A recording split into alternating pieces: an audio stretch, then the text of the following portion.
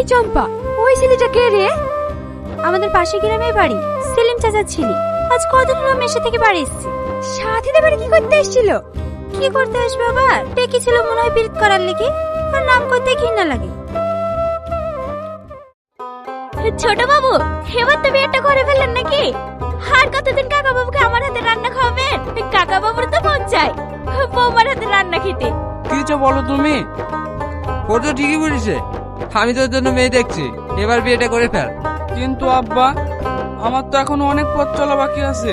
হ্যাঁ, পথ চলবি তো, বিয়েটা করে ফেল, তারপরে বৌমার তুই একসাথে পথ চলবি।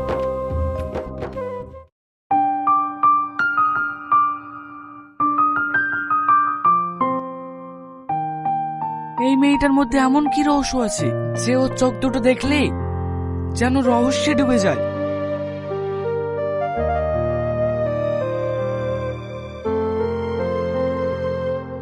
এই নিন খাতা, কালকে যে কাজগুলো দিয়েছিলেন ওগুলো সব হয়ে গেছে। আজ পড়ায় অনেক আগ্রহ মনে হচ্ছে। না মানে, মা বলেছে মন দিয়ে পড়াশোনা করতে। তোমার বোন অনেক চুপচাপ, তাই না? ও আগে এমনটা ছিল না, এই একটা ঘটনা ঘটে যাওয়ার পর থেকে ও এমন হয়ে গেছে।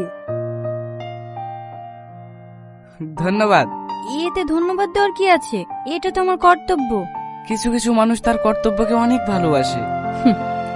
ভালোবাসা এই শব্দটা আমার জীবনে মানায় না। এমন বলছেন কেন? কিছু কিছু কথা না বলাই ভালো। কখনো মানুষ ভুল ভালোবাসা ভেঙে যায়, কিন্তু তার মানে এই নয় যে ভালোবাসা খারাপ। আপনি জানেন না স্যার, যখন কোনো মানুষ আপনাকে ভরসা দেয়, আবার সেই মানুষই একদিন আপনার সম্মান কেড়ে নেয়, তখন ভালোবাসাটাও একটা অভিশাপ মনে হয়। আমি জানি না আপনার সাথে কি হয়েছে, কিন্তু ভালোবাসা খারাপ নয়। আপনি পড়াতে এসেছেন, দয়া করে আর এসব কথা বলবেন না।